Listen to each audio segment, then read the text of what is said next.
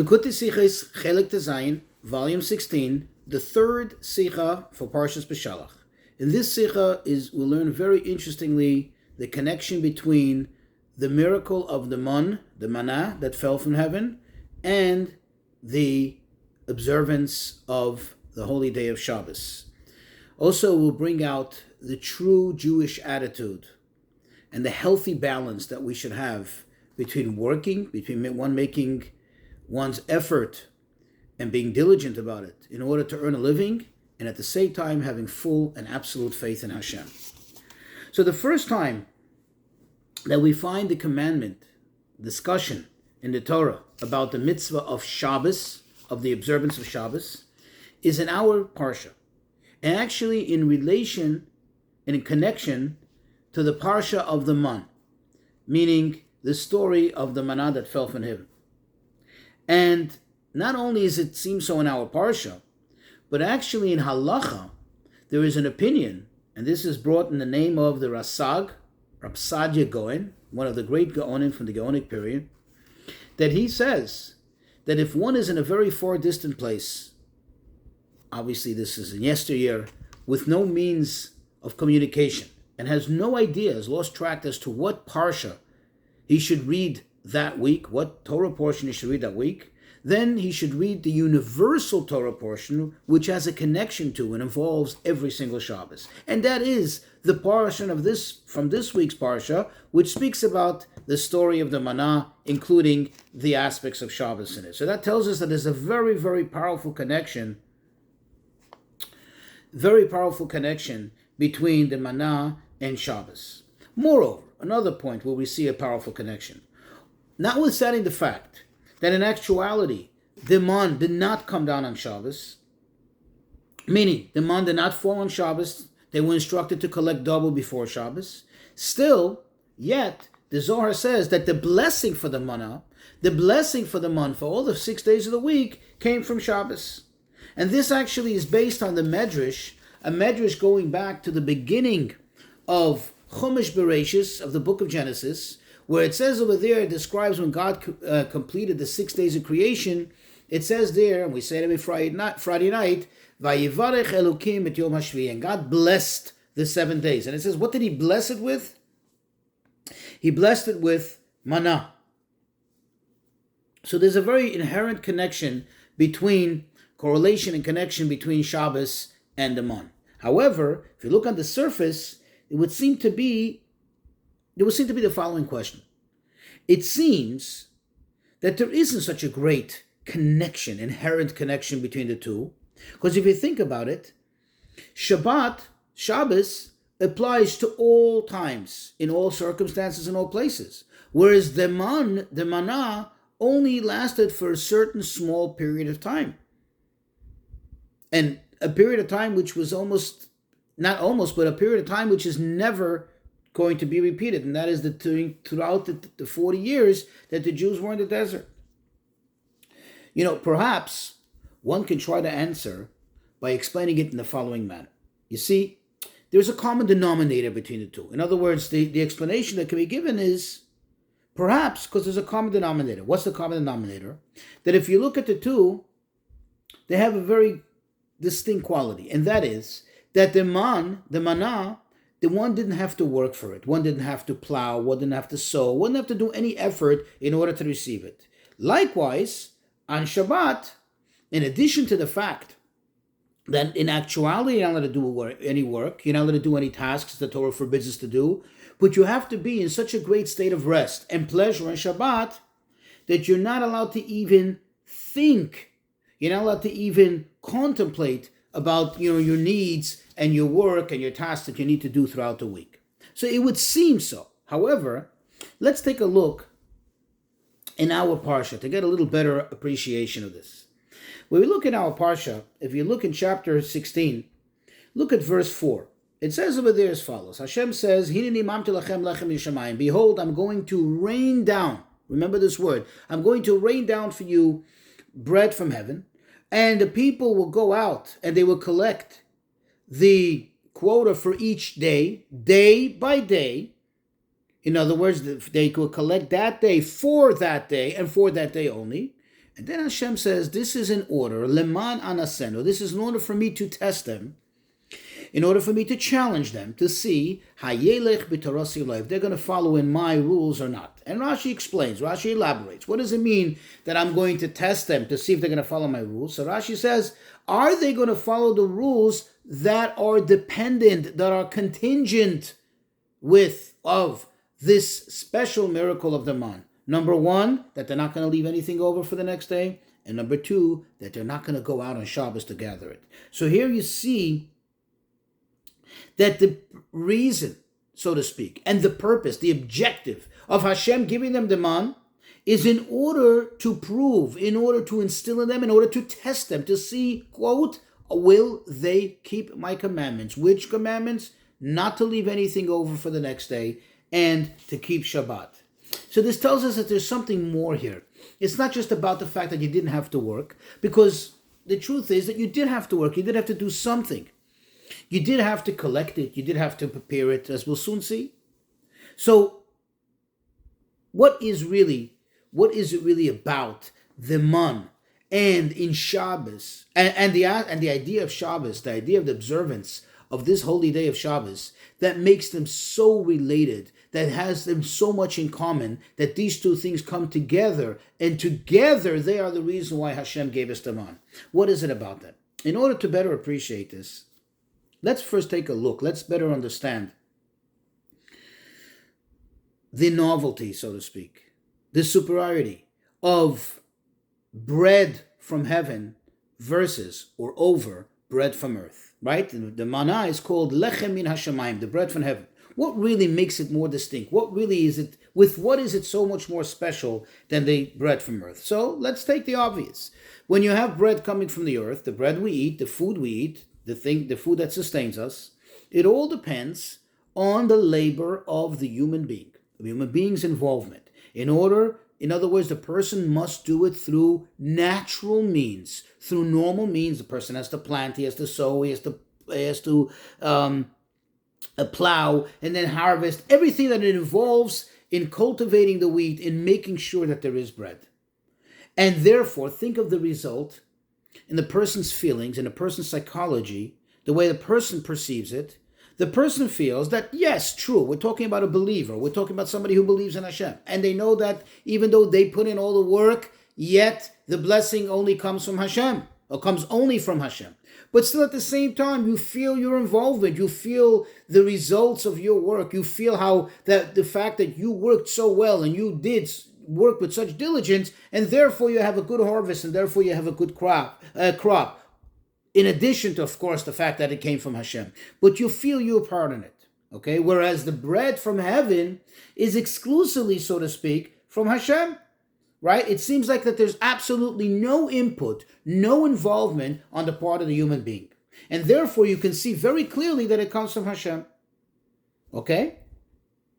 And with this we could fully understand what is really the test. That the people, if they're going to do the 2 mitzvot, or they're going to fulfill these 2 mitzvot of, that are involved in the aspect of the man, and that, because this is the purpose of it, that a person, it should become, instilled in the person, and the person should be totally reliant on Hashem, and he shouldn't leave anything over for tomorrow. We think about the psychology of it, says, you believe with absolute certainty that Hashem will provide for tomorrow. He provided for today, he'll provide for tomorrow. It makes sense. It makes sense. We can see how this idea comes out in that. And that's what makes the, quote, the bread from heaven so special. Now, think about it this way.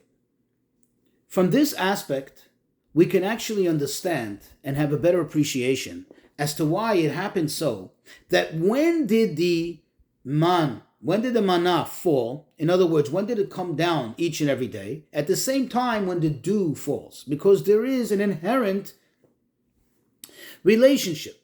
That is, the Talmud tells us, Tal loy metzer. Dew never ceases. There could be sometimes, God forbid, a drought. There can be a time of famine, when we find that many times throughout the Tanakh when there was no rain, but the dew always falls. And in other words, dew is something that is not contingent on us, as we'll soon understand a little better, a little deeper, and therefore it always comes down. And to illustrate this, to demonstrate this, Hashem made it so that to tell us that the manna comes exclusively from Hashem, and therefore it fell at that time. However, this is true, but we still need to recognize the following, and that is that although it all came from Hashem, it was totally contingent on Hashem's will and Hashem's desire, and therefore it's called lechem min hashamayim, bread from heaven. But at the same time, there was some minimal involvement on the part of the human being. Okay? For example, we know that there was a distinction between the righteous, between the wicked, and those kind of in between. There's a description of everybody received, that's for sure. They didn't starve. You didn't hear of any, wicked people dying from hunger. And where else would they get the food? There was no other place to get it.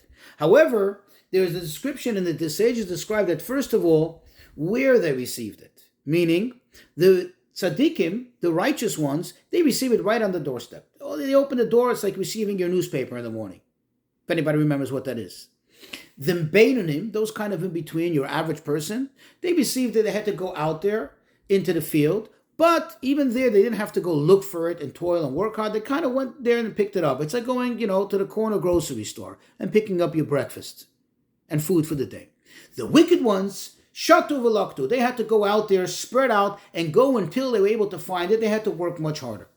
Likewise, the righteous ones, it says, it came to them as lechem, as bread, ready to eat, ready to go, warm bread. And the wicked ones, they actually had to go and work it and grind it, just like one would buy, would get wheat, would get grain, and they have to start the entire process until they can produce flour, and then mix it with water, and then knead it, and turn it into a dough, and then bake it, and so on and so forth. That is true. That is true. The average person, it came caught as cakes. They still had to bake it. They still had to cook it, but it was ready to cook. It's like buying a frozen dough, so to speak. Okay? This explains why Hashem uses the term, I will rain down to you. I will make rain to you this manna. Because you see, rain, the key to rain, it says, is in the hands of the Almighty. The key to rain, only Hashem can decide when it can rain. And Hashem does decide when it rains. However, at the same time, the rain is contingent. It depends on the merits of the people. And therefore, when people merit it, as we say in the second chapter of Shema, when you do the mitzvot, when you do what's right, Hashem says, I will give you rain. In other words, we do have the ability to trigger somehow, in some way, Hashem's desire to give rain. Ultimately, it's in His hands. But we have some input, some involvement.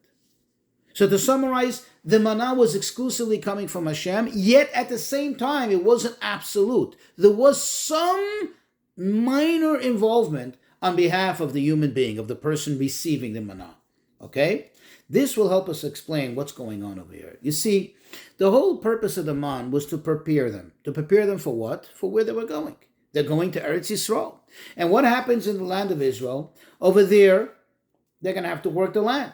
And this Hashem was instilling in them. He was training them to believe and to constantly feel and see that, notwithstanding the fact that they're going to have to work the land and they're going to have to plow and to sow and to cultivate, and then later to harvest and then to grind and do everything that it takes to prepare foods, but still they will always remember, based on this, because it's become instilled in them, it will become like a second nature in them, that they should know and feel that ultimately it comes from Hashem. Ultimately it comes from Hashem. See, because if the manna would have come exclusively just from Hashem without whatsoever involvement from the human being, then there wouldn't be a connection between the two.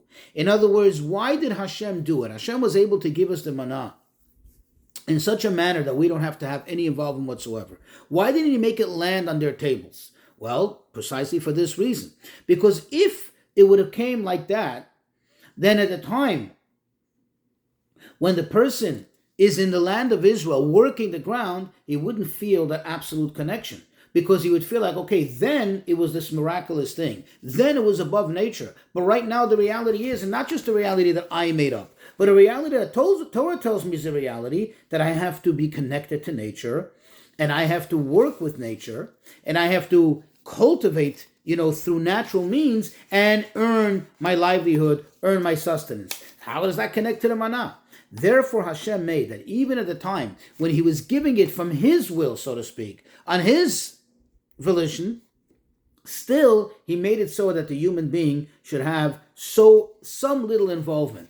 And this actually serves as an amazing lesson for when we are involved in the nature, to tell us that the bracha, the blessing that comes about, the earnings that come about, are not a direct result, measure for measure, to what the effort that we put in. In other words, we have to put in our effort. But the results, the blessings, are exponentially greater, similar to the idea of the man. We just did a very little bit, just to collect it, or just to bring it in, or just to prepare it. But the actual blessing, that comes from Hashem. This is the idea of the manna. This is the idea of what Hashem tried to instill in the people. And now actually we'll understand another beautiful thing that we do each time when we eat bread. We do the Birkat HaMazon. We do the blessing after the meal. Now, if we know the breakdown of the blessings, there are a total of 4 blessings in the Birkat HaMazon. The first one was actually instituted by Moshe Rabbeinu. And it says, why did he institute it? He instituted when the manna began to fall for the Jewish people. In other words, the first blessing really is a blessing about the man, about this wonderful miracle of bread falling from heaven. The second blessing was instituted by his successor, by his student, his disciple, Yehoshua, after bringing the Jewish people into the land of Israel. And now eating from Tfuat Haaretz, eating from the produce of the land, that's when he instituted the second blessing, in which we say at the end that we thank you, Hashem, al haaretz ve'al hamazon, for the land and for its food that it produces. And then the third blessing is about Jerusalem, has to do with King David and King Solomon and David and Shlomo. Question is, does it really make sense? If you think about it logically, I just ate food. Food from right here, right now, in real time. I just filled myself up with the food, with the nutrients of it. Why would I make a blessing? Why would a blessing that is talking about what happened in the past, something that doesn't even exist anymore, why would that be an expression of gratitude, a way of thanking Hashem for something that I ate right here, right now? That's the answer. That what we're saying is, when we are eating now, true, we're eating food that's a result of work and effort that was put into cultivating this food, that we did from, as we're supposed to do in accordance with what the Torah directs us to do, that we have to make our effort, we have to do our part. But at the same time, we're saying is, we know, we absolutely recognize, and this is what we're expressing, that ultimately it comes because of Hashem, just like the man came. And that's why the first blessing in Birkat HaMazon, the first blessing we thank Hashem, which is really the main blessing. It really is the main blessing, according to Halacha, has several ramifications. The main blessing is over our food in real time now, is about the manna back then. And now we'll understand the special connection from the man to Shabbos. You see, in Shabbos there are 3 things. Number 1, about the needs for Shabbos. A person has to eat on Shabbos. A person has to celebrate on Shabbos. Well, the halacha is that, as the Talmud says, that Hashem, so to speak, says, "Livu alai vani pareya." Borrow on me and I'll pay up. In other words, a person sees that they don't have the means. They don't have the funds to go and buy luxurious food for Shabbos. Maybe even no food.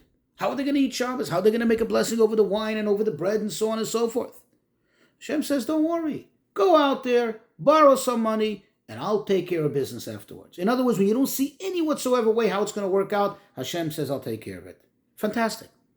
Yet on the other hand, you see something very interesting. The halacha is that when could you do this? When could you go with total blind and absolute faith in Hashem and say, I'll borrow for Shabbos, I'll have a beautiful Shabbos, and Hashem will take care of it?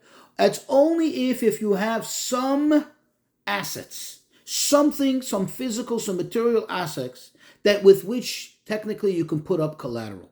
In other words, you have some basis. If you don't, then the halacha is that you're not allowed to. You're not to just go recklessly and borrow money. You can't do that. So here you see already a very strong comparison to the man. At the same time that you have total faith in Hashem, you still need to have a connection to reality. You still need to have your part, so to speak, anchored down, harnessed to the reality of nature. Likewise to what Hashem wants us to do in the working in the world. And now there's a third thing that you see, that Shabbos influences the entire week. Meaning that Shabbos blesses the whole week. On Shabbos you refrain from work and you totally connect to Hashem. Thus that when you are busy and involved with the mundane tasks throughout the week, it's under the total influence that really, I am working, but everything comes from Hashem. I'm doing my part because Hashem wants me to do my part. I'm going to make my maximum effort. But the blessings that I get are exponentially beyond my, quote, maximum effort. The question is, then why is it that notwithstanding all of the above, no manna came down on Shabbos? Not only they weren't allowed to collect on Shabbos, Hashem did not make it rain on Shabbos. Well, the answer is, and this is deep, that remember we mentioned the manna has the aspect of rain too. And although we did qualify that rain has a connection and is somewhat contingent to an extent on the merit of the person, meaning on the involvement and the input of the human being, and the same is like we mentioned with Shabbos, but still, ultimately, that is only the rain as it comes down. But in the, so to speak, in the heights, in the upper worlds, in the essence of it all, the rain really is totally and absolutely contingent on Hashem's will and has nothing to do with us at that very high level. And that's what we find in Shabbos. That even though Shabbos has to have some connection to reality, but that's only before Shabbos. That means when you're preparing to Shabbos, when you still are coming, you're approaching Shabbos, so to speak, from a natural, realistic approach.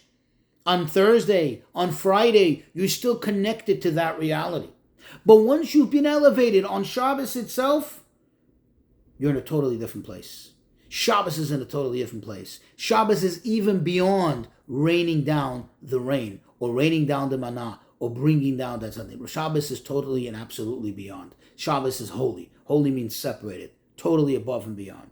And now we can appreciate better the connection between the manna and Shabbos. This really instills, infuses, inspires our every single day of the week.